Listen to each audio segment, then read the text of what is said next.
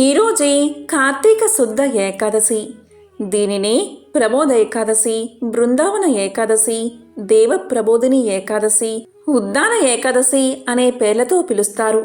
తొలి ఏకాదశి రోజున శయనించిన శ్రీ మహావిష్ణువు ఈ ఏకాదశి రోజుని యోగ నిద్ర నుంచి మేల్కొనే రోజు కాబట్టే దీనిని ఉద్దాన ఏకాదశి అని పిలుస్తారు.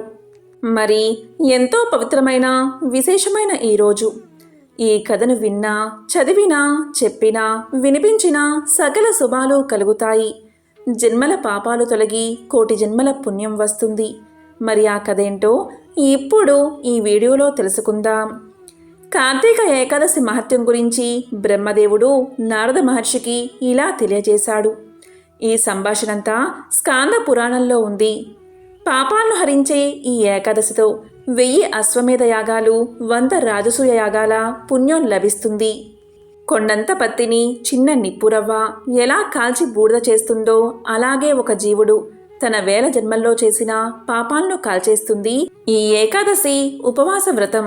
ఈరోజు చిన్న పుణ్యకార్యం చేసినా అది సుమేరు పర్వతానికి సమానమైన పుణ్య ఫలితాన్ని ఇస్తుందని, ఈ ఏకాదశి వ్రతం చేసిన వారికి సాధించలేనివి ఏమీ ఉండవని సాక్షాత్తు బ్రహ్మదేవుడే వివరించాడు. శ్రీకృష్ణ భగవానుడు స్వయంగా శ్రీ మహావిష్ణువు, శ్రీ రుక్మిణీదేవి మరియు శ్రీ సత్యభామాదేవి ఇద్దరూ లక్ష్మీదేవి అవతారాలు. శ్రీకృష్ణ భగవానుడి మొదటి ప్రధాన భార్య రుక్మిణీదేవి, రెండవ భార్య సత్యభామ, మూడవ భార్య జాంబవతీదేవి. ఒకసారి శ్రీకృష్ణుడు సత్యభామాదేవితో కలిసి ఇంద్రలోకానికి వెళ్ళినప్పుడు తెచ్చిన పారిజాత వృక్షాన్ని తిరిగి స్వర్గలోకానికి తరించే సంకల్పంతో నారదుడు భూలోకానికి రాగా ఉద్యానవనంలో విహరిస్తున్న సత్యకృష్ణుడు కనిపిస్తారు. అదే సమయంలో రుక్మిణీదేవి వచ్చి తన పుట్టినరోజు విందుకు కృష్ణుణ్ణి ఆహ్వానిస్తుంది. ఆ వెనువెంటనే సత్యభామ మాట మార్చి ఆనాడు తాను అత్తవారింట అడుగుపెట్టిన శుభదినమని, అందుకే తన మందిరానికే విందుకు రమ్మని పిలుస్తుంది. ఆ ఇద్దరి ప్రార్థనలో ఎవరిని మన్నించాలో తెలియక కృష్ణుడు సతమతమవుతూ ఉండగా నారదుడు ప్రవేశించి తన అభిప్రాయాన్ని కృష్ణుడికి చెప్పబోగా, సతీపతుల మధ్యన బ్రహ్మచారులా తగు తీర్చేవారు, మీ ఇష్టం వచ్చిన చోటికి వెళ్ళమని విసురుగా వెళ్ళిపోతుంది సత్యభామ. తన పట్టపురాణి భక్త శిఖామణి అయిన రుక్మిణీదేవి మందిరానికి తన చెలికాడు వసంతకుణ్ణి నారద మహర్షిని వెంట తీసుకుని విందుకు వెళ్తాడు కృష్ణుడు. తన మాటను కృష్ణుడు లక్ష్య పెట్టలేదనే కోపంతో ఉన్న సత్యభామ దగ్గరకు నారదుడు చేరుకుంటాడు. అప్పుడు సత్యభామ నారదుణ్ణి ఇలా వేడుకుంటుంది, నారద మహర్షి, నా పతి యొక్క సంపూర్ణ ప్రేమానురాగాలు పొందేందుకు ఏదైనా మంత్రమో తంత్రమో ఉంటే ఉపదేశించండి అని కోరుకుంటుంది. అందుకు నారదుడు ఇలా సమాధానం చెప్తాడు, ఓ సత్యభామ, విను. నీ భర్త యొక్క ప్రేమానురాగాలు పొందేందుకు పుణ్యక వ్రతము అంటే భర్తృ ప్రణయ వ్రతము అనే ఒక వ్రతమున్నది. సాధ్వీమణులందరూ ఈ వ్రతాన్ని ఆచరించి తమ సంసారాల్లో సంపూర్ణ ప్రేమానురాగాల్ని పొందారు. కాబట్టి నీవు కూడా ఈ వ్రతాన్ని ఆచరించు. కానీ వ్రత నియమం ప్రకారం కృష్ణుణ్ణి ఎవరైనా బ్రహ్మర్షికి గాని దేవర్షికి గాని దానమిచ్చి వ్రతాంతంలో అతని ఎత్తు ధనమైనా లేక ధనేతరమైనా ఇచ్చి తిరిగి తన భర్తను తీసుకోవచ్చు అంటాడు. దీనితో సత్యభామాదేవి ఇలా పలుకుతుంది. గర్వంగా నారదుడితో ఇలా అంటుంది, నేను సత్రాజిత్తు కుమార్తెను, నా సంపద అపరిమితమైనది. రోజుకు 40 బారువుల బంగారాన్ని ప్రసాదించే సమంతకమని తన వద్ద ఉండగా ఒక్కడేంటి ఎంతమంది కృష్ణులైనా తుల తూచగలనని వ్రతాన్ని ఆచరించి అందులో భాగంగా కృష్ణుణ్ణి నారద మహర్షికి దానం ఇస్తుంది. దీన్నే తులాభారము అంటారు. సాధారణంగా ఇది ఆలయాల్లో జరుగుతుంది. తూనిక త్రాసులో తమ బరువుతో సమానమైన వెన్న, నెయ్యి లేదా బియ్యాన్ని తూచి వాటిని ఊరు ప్రజలకు పంచిపెడతారు. బియ్యం, పప్పు, ఉప్పు, బంగారం ఇలా ఏదైనా మీరు ఇవ్వగలిగిన వాటిని ఇవ్వవచ్చు. ఇది ఒక సాంప్రదాయం. సత్యభామ తులాభారం సిద్ధం చేసింది. అందరూ చాలా మెచ్చుకున్నారు. కానీ కృష్ణుడికి మాత్రం ఇదంతా నచ్చలేదు. ఆయన వెళ్ళి త్రాసులో కూర్చున్నాడు. ఆవిడకి కృష్ణుడి బరువెంతో సుమారుగా తెలుసు కనుక అందుకు సరితూగే బంగారం సిద్ధం చేసి ఉంచింది.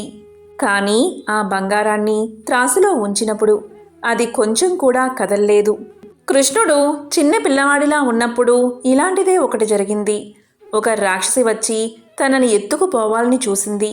అప్పుడు కృష్ణుడు చాలా చాలా బరువెక్కిపోవడం వల్ల కృష్ణుడి ఎత్తే ప్రయత్నంలో ఆ రాక్షసి కృష్ణుణ్ణి ఎత్తలేక మీద వేసుకుని తానే కింద పడిపోయి నలిగి చనిపోయింది. కృష్ణుడు తన బరువును పెంచుకుని తులాభారంలో కూర్చున్నాడు. ఆవిడ తాను సిద్ధంగా ఉంచుకున్న బంగారాన్నంతా త్రాసులో వేసింది. కానీ ఏ ఉపయోగమూ లేకపోయింది.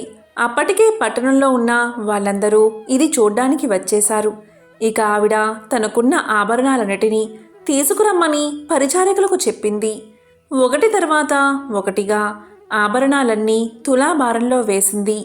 తనకు ఉన్నవన్నీ త్రాసులో వేసినా అది కొంచెం కూడా కదల్లేదు. తనకిది చాలా అవమానంగా భావించి సత్యభామ ఏడవడం మొదలుపెట్టింది. తులాభారాన్ని చూడ్డానికి ఊరువారంతా తరలి వచ్చారు. కానీ తన దగ్గర మాత్రం తగినంత బంగారం లేదు.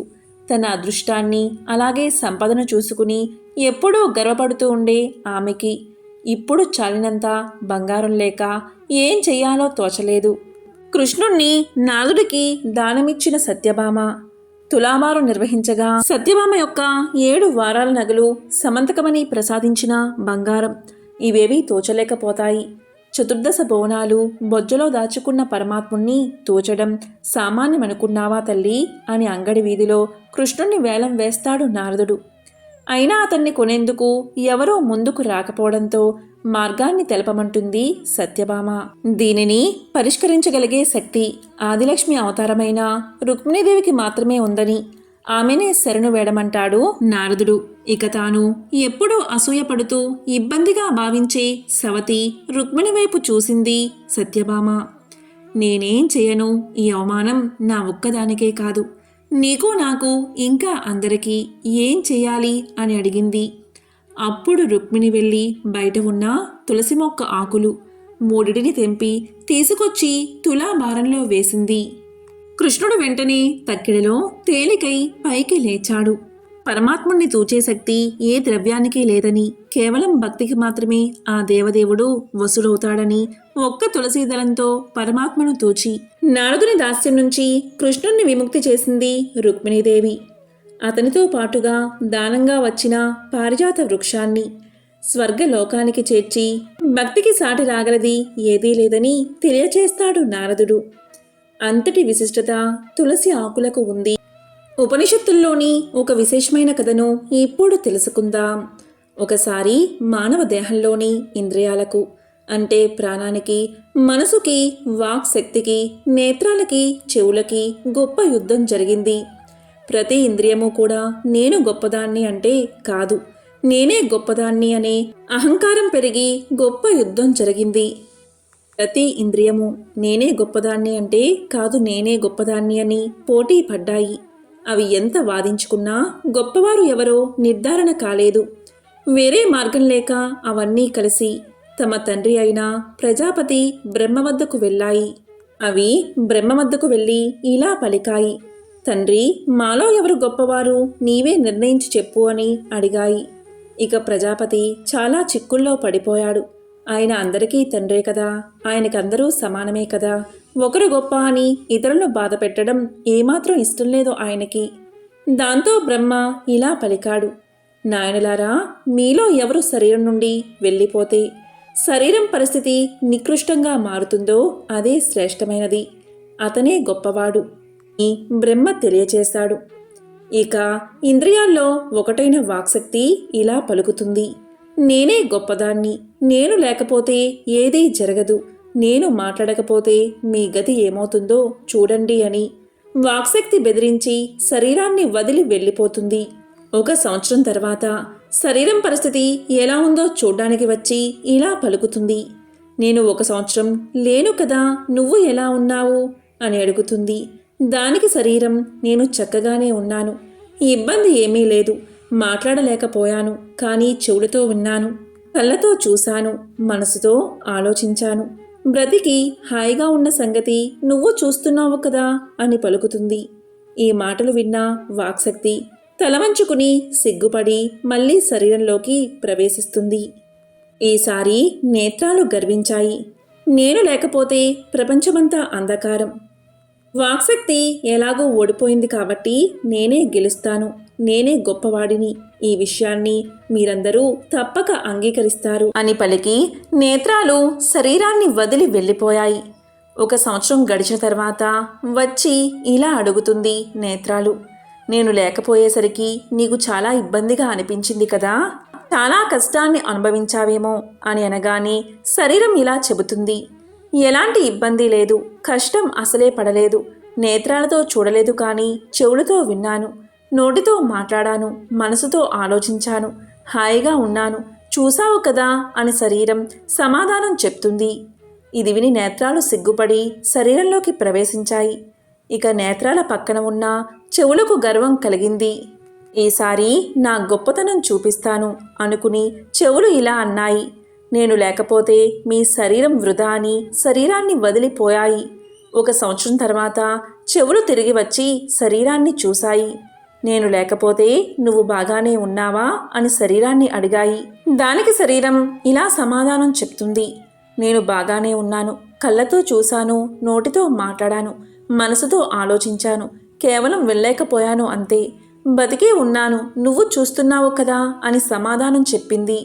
ఇదంతా విన్న చెవులు సిగ్గుపడి తిరిగి శరీరంలోకి ప్రవేశించాయి. చివరికి మనసు ఇలా పలికింది. చెవులు, నేత్రాలు, వాక్శక్తి ఇవన్నీ గొప్పవి కానే కావు. చివరికి ప్రాణం, నేను మాత్రమే మిగిలి ఉన్నాం. ప్రాణం అసలు గొప్పది కానే కాదు అంటూ మనసు శరీరాన్ని వదిలి వెళ్ళిపోయింది. 1 సంవత్సరం తర్వాత మనసు వచ్చి శరీరాన్ని చూసి నేను లేకపోయినా శరీరం బాగానే ఉంది, ఏమిటిది అని విచారిస్తూ శరీరాన్ని అడిగింది. దానికి శరీరం ఇలా చెప్పింది. నేను చాలా బాగున్నాను, కళ్ళతో చూశాను, నోటితో మాట్లాడాను, చెవులతో విన్నాను, చాలా హాయిగా ఉన్నాను అని పలకగానే మనసు కూడా సిగ్గుపడి తిరిగి శరీరంలోకి ప్రవేశించింది. ఇప్పటి వరకు ఎవరు గొప్పవారో ఇంకా నిర్ధారణ కాలేదు. ప్రాణం మాత్రం ఇంతవరకు నిశ్శబ్దంగా ఉండి జరిగిందంతా చూస్తూ ఉంది. తాను అన్నిటికంటే గొప్పదాన్నని దానికి తెలుసు. అదే లేకపోతే శరీరం బ్రతకదని తెలుసు. ప్రాణం ఉంటేనే కళ్ళు, చెవులు, నోరు, వాక్శక్తి, మనసు తమ తమ పనులు చేస్తాయి. ఇక అన్ని అవయవాల అహంకారం తగ్గాక ప్రాణం శరీరం నుంచి వేరు కావడానికి ప్రయత్నించింది. అలా ప్రయత్నించగానే కళ్ళు, చెవులు, వాక్శక్తి, మనసు ప్రమాదంలో పడిపోయాయి. అప్పుడు అవన్నీ కలిసి నీవే గొప్పదానవు, మా అందరికంటే నీవే ఉన్నతమైన దానివి, నీ వల్లే మేము జీవించి ఉన్నాము. ఓ ప్రాణమా, నీవే తల్లివి, నీవే తండ్రివి, నీవే శక్తివి, నీవే తేజానివి. తల్లి పిల్లల్ని ఎలా రక్షిస్తుందో మమ్మల్ని నీవే రక్షించాలి అని మొరబెట్టుకున్నాయి.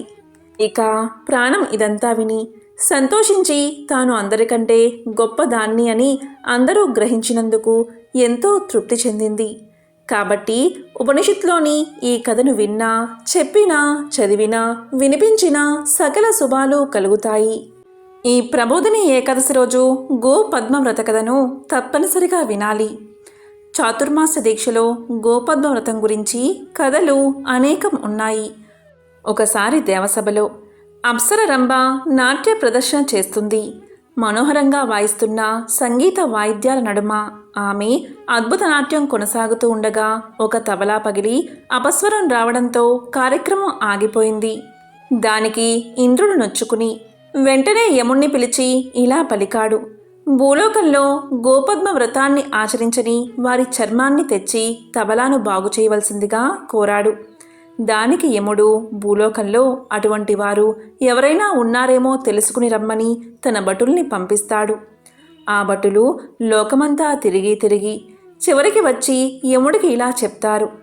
యమధర్మరాజా, గౌరీ, సావిత్రి, అనసూయ, ద్రౌపది, అరుంధతి, అలాగే సరస్వతి ఇలా అందరూ కూడా ముగ్గులు వేసి పూజ చేస్తున్నారు. ఒక్క శ్రీకృష్ణుడి సోదరి అయిన సుభద్ర ఇంటి వద్ద మాత్రం ముగ్గు లేదు అని తెలియచేశారు. దానికి యముడు వారిని ఆమె చర్మాన్ని తీసుకుని వచ్చి ఆ తబలాకు బిగించవలసిందిగా ఆదేశిస్తాడు. ఈ సమాచారాన్ని నారదుడు శ్రీకృష్ణుడికి చేరవేస్తాడు. విషయం తెలిసిన శ్రీకృష్ణుడు ఉదయం నిద్ర లేచిన వెంటనే సుభద్ర దగ్గరకు వెళ్ళి ఆమెను ఇంటి వద్ద ముగ్గు ఎందుకు వెయ్యలేదు మరియు వ్రతాన్ని ఎందుకు ఆచరించలేదు అని ప్రశ్నిస్తాడు. దానికి సుభద్ర ఇలా చెప్తుంది, నాకు సూర్యచంద్రుల వంటి ఇద్దరు సోదరులు, మహావీరుడైన అర్జునుడి వంటి భర్త, దేవకి వసుదేవుల వంటి తల్లిదండ్రులు ఉండగా నేను దేనికోసం వ్రతం చెయ్యాలి అని ఎదురు ప్రశ్నిస్తుంది. దానికి శ్రీకృష్ణుడు ఇలా చెప్తాడు, చూడు సుభద్ర, అన్నీ ఉన్నా కానీ భవిష్యత్తు కోసం వ్రతం చెయ్యాలి అని చెప్పి ఆమెను ఒప్పించి ఆమెకు వ్రత విధానాన్ని ఇలా వివరిస్తాడు. గద్ద, విష్ణుపాదము, శంఖము, చక్రము, గద, పద్మము, స్వస్తిక, బృందావన వేణువు, వీణ, తబల, ఆవు, దూడ, 33 పద్మాలు, రాముని ఊయల, సీత చీరాంచు, తులసి ఆకు, ఏనుగు మరియు భటులను, ముగ్గుతో నదులు, చెరువులు మరియు దేవుడి చిత్రాలతో కలిపి గీయాలి అని చెబుతాడు. దీంతో సుభద్ర రాతి పొడిని ముత్యాలు మరియు పగడాలతో కలిపి ముగ్గు వేసింది. ఆ తరువాత శ్రీకృష్ణుడు తెలిపిన విధంగా గోపద్మ వ్రతాన్ని ఆచరించింది. ఈ విధంగా సుభద్ర గోపద్మ వ్రతాన్ని ఆచరించి యమభటుల నుంచి తప్పించుకోగలిగింది. అప్పట్నుంచి ఈ వ్రతం ప్రాచుర్యాన్ని పొందింది. దీంతో యమభటులు ఉత్తరానికి తలపెట్టి పడుకుని ఉన్న ఒక ఏనుగు నుండి చర్మాన్ని సంగ్రహించి తబలాను బాగు చేసుకున్నారు. ఎవరైతే ఈ గోపద్మ వ్రత కథను చదువుతారో అటువంటి వారికి సకల దరిద్రాలు తొలగి సకల శుభాలు కలుగుతాయి. ఈరోజు ఏం చేయకపోయినా సరే సాయంత్రం తులసి కోట వద్ద 6:30 నుంచి 7 గంటల ప్రాంతంలో ఈ ఆకు మీద ఒక్క దీపం పెడితే చాలు, అఖండ ఐశ్వర్యం ప్రాప్తిస్తుంది. మరి దీపాన్ని ఎలా వెలిగించాలో ఇప్పుడు తెలుసుకుందాం. ఈ ప్రబోధిని ఏకాదశి రోజే శ్రీ మహాలక్ష్మికి వివాహం జరిగిన రోజుగా భావిస్తారు. ఉద్దాన ఏకాదశి నాడే దేవదానవులు పాలసముద్రాన్ని చిలికినట్లు పురాణాలు చెబుతున్నాయి. మహాభారత యుద్ధంలో భీష్ముడు ఈ ఏకాదశి నాడే అస్త్ర సన్యాసం చేసి అంపశయ్య మీద శయనించాడు. యాజ్ఞవల్క మహర్షి ఈరోజే జన్మించారు. ఈ రోజున ఉపవాసముండి విష్ణువును పూజించి రాత్రి జాగరణ చేసి మర్నాడు ద్వాదశి గడియలు ఉండగాని విష్ణు పూజ చేసి పారణ చేసి అంటే భోజనం చేసి వ్రతాన్ని ముగించాలి. ఈ ప్రబోధిని ఏకాదశి వ్రతాన్ని ఎవరు ఆచరించాలి అంటే గృహస్థులు అందరూ ఆచరించాలి. ఈ ఏకాదశి దీక్షకు ఉపవాసమే ప్రధానమని గరుడ పురాణం కూడా తెలియచేస్తుంది. అంటే ఉపవాసం, దానం, హరిపూజ అనేవి ఏకాదశి వ్రతం యొక్క ముఖ్యమైన విషయాలు. కార్తీక మాసంలో వచ్చే ఏకాదశికి అత్యంత ప్రాముఖ్యత ఉంది. ప్రతి సంవత్సరం కార్తీక శుద్ధ ఏకాదశిని ప్రబోధిని ఏకాదశిగా భక్తులు ఎంతో పవిత్రంగా భావించి శివకేశవులను ఆరాధిస్తారు. ప్రబోధిని ఏకాదశి గొప్పతనం గురించి నారద మహర్షి బ్రహ్మదేవుణ్ణి అడిగి తెలుసుకున్నాడు. అదేవిధంగా పాండవుల్లో పెద్దవాడైన ధర్మరాజు శ్రీకృష్ణుణ్ణి ఇలా అడుగుతాడు, శ్రీకృష్ణ, పరంధామ, జనార్దన, కార్తీక మాసంలో శుక్లపక్షంలో వచ్చే ఏకాదశి పేరు ఏమిటి? ఆ ఏకాదశి మహత్యం గురించి తెలియచేయమని ప్రార్థిస్తాడు. దానికి శ్రీకృష్ణుడు ఇలా పలుకుతాడు, ధర్మరాజా, బ్రహ్మదేవుడు నారద మహర్షికి వివరించిన ఈ ప్రబోధిని ఏకాదశి గురించి పూర్తిగా చెప్తాను, శ్రద్ధగా విను అంటూ ఇలా చెప్పడం ప్రారంభించాడు. కార్తీక మాసంలో శుక్లపక్షంలో వచ్చే ఏకాదశిని ప్రబోధిని ఏకాదశి అంటారు. ఇది ఎంతో పవిత్రమైన రోజు. సమస్త పాపాలను పోగొట్టే పుణ్యదినం. గంగానదితో పాటు సమస్త పుణ్యతీర్థాలు పోగొట్టే పాపాలన్నిటినీ ఈ ఒక్కరోజు ఉపవాస దీక్ష తీసుకుంటే సమస్త పుణ్య తీర్థాల్లో స్నానం చేస్తే ఎంత పాపం తొలగిపోతుందో. కేవలం ఈరోజు ఉపవాస దీక్షను తీసుకుంటే అలాంటి ఫలితం మీకు కనబడుతుంది. అంతటి శక్తి ఈ ప్రబోధిని ఏకాదశికి ఉంది. ఒకసారి భగీరథుడు మహా తపస్సు చేసి గంగానదిని భూమి మీదకు తీసుకువచ్చాడు. అప్పుడు గంగానది, నేను ప్రబోధిని ఏకాదశి రోజు వరకు పాపాలు పోగొడతాను అని చెబుతుంది. అంటే ప్రబోధిని ఏకాదశి రోజు ఇంక గంగానదితో పనిలేదు. ఆ రోజు ఆచరించే పుణ్యకార్యం వల్ల మానవులకు పాపాలన్నీ తొలగిపోతాయి అని అర్థం.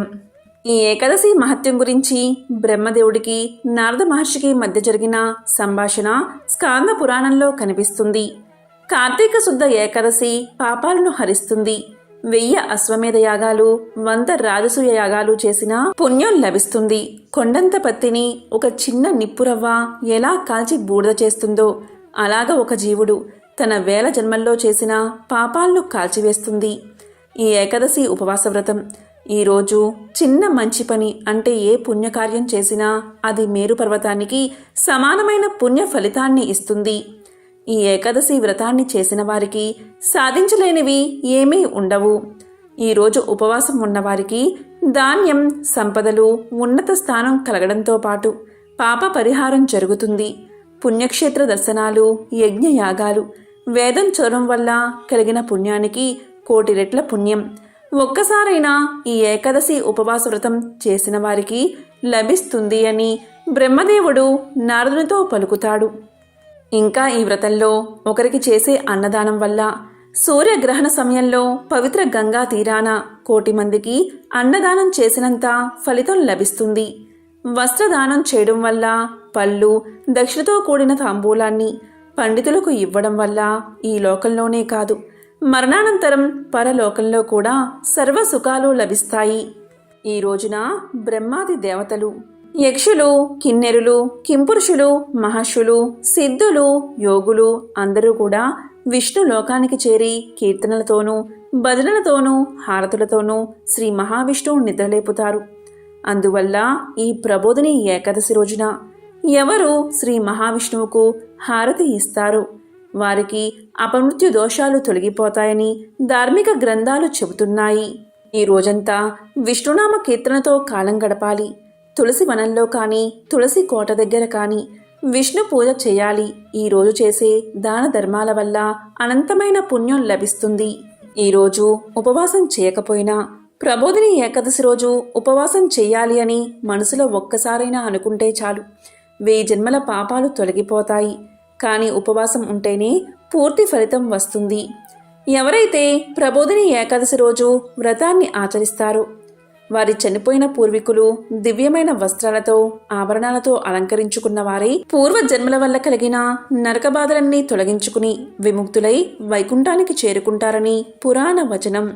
ఈరోజు ఉపవాసం ఉన్నవారు పొందే పుణ్యం సమస్త పుణ్యక్షేత్రాల్లో స్నానం చేసిన దానికి కలిగే పుణ్యం కంటే, గోదానం చేసిన పుణ్యం కంటే, సువర్ణ దానం చేసిన పుణ్యం కంటే, భూదానం చేసిన పుణ్యం కంటే 1000 రెట్ల అధిక పుణ్యాన్ని పొందుతారు.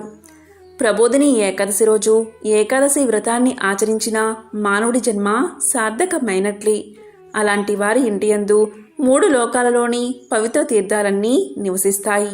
ఈరోజు వ్రతం ఆచరించిన మానవుడు నిజమైన జ్ఞాని, అసలైన యోగి, అతడే జితేంద్రియుడు.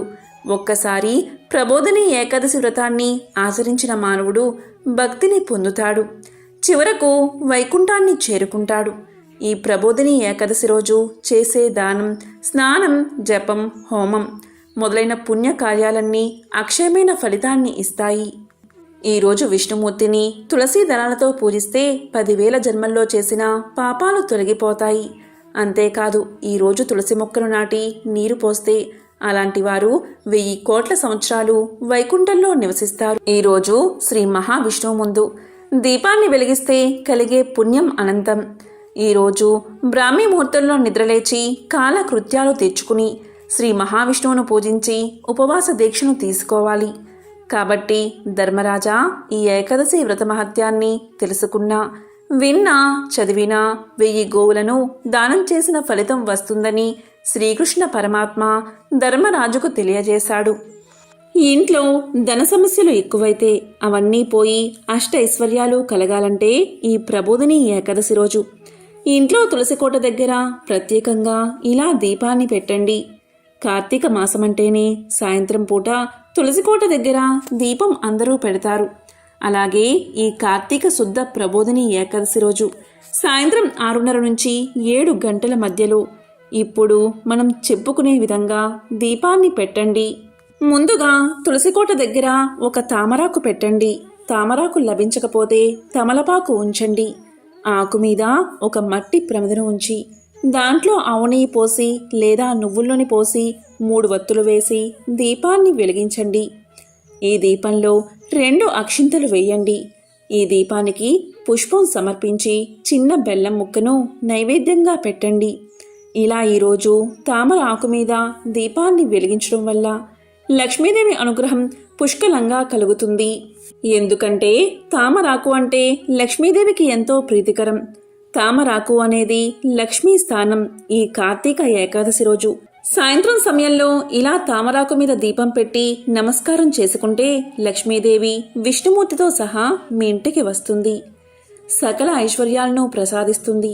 కాబట్టి ఈ ప్రబోధిని ఏకాదశి రోజు ఇప్పుడు మనం చెప్పుకున్న విధంగా తామరాకు మీద దీపం పెడితే మీ ఇంట్లోని దరిద్రమంతా తొలగిపోతుంది, అఖండ ఐశ్వర్యం కలుగుతుంది. తామరాకు మీకు లభించకపోతే తమలపాకు పైన ఇలా దీపాన్ని పెట్టండి. లక్ష్మీదేవి అనుగ్రహం తప్పకుండా కలుగుతుంది. ఇలా ఈ ఏకాదశి రోజు ఉపవాసం ఉన్నవారు ద్వాదశి రోజు విష్ణు పూజ చేసి విష్ణువుకు నివేదించిన పదార్థాలను ఆహారంగా స్వీకరించండి.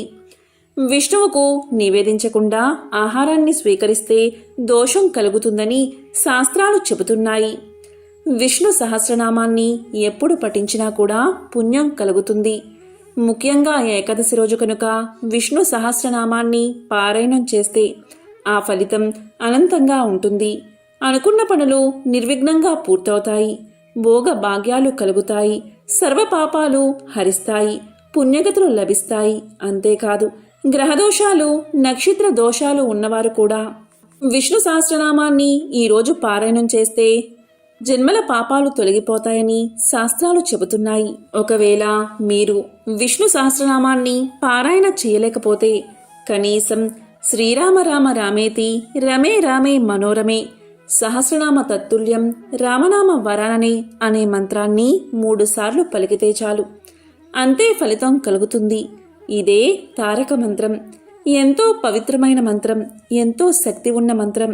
ఈ ఏకాదశి రోజు 3 సార్లు పఠిస్తే చాలు, వారి పాపాలన్నీ ఆ రామనామ అగ్నిజ్వాల్లో పడి బూడిదలు అయిపోతాయి. ఈ ఏకాదశి పర్వదినాన్ని పురస్కరించుకుని విష్ణు సహస్రనామాన్ని పారాయణ చేయండి, లేదా వినండి, లేదా తారక మంత్రాన్ని 3 సార్లు పఠించండి. మరి ఎంతో విశేషమైన ప్రబోధిని ఏకాదశి రోజు ఉదయం సాయంత్రం స్నానం చేసే నీటిలో 5 తులసి ఆకులు వేసుకుని స్నానం చేయండి. ఈరోజు ఇలా చేస్తే జన్మల పాపాలు ఆ నీటి ద్వారా తొలగిపోతాయి, కోటి జన్మల పుణ్యం వస్తుంది. ఇలా స్నానం చేసే సమయంలో ఈ శ్లోకం చదివి స్నానం చేయండి. గంగే చ యమునే చైవ గోదావరి సరస్వతి నర్మదే సింధు కావేరి జలేస్మిన్ సన్నిధం కురు అనే శ్లోకాన్ని చదివి స్నానం చేయండి.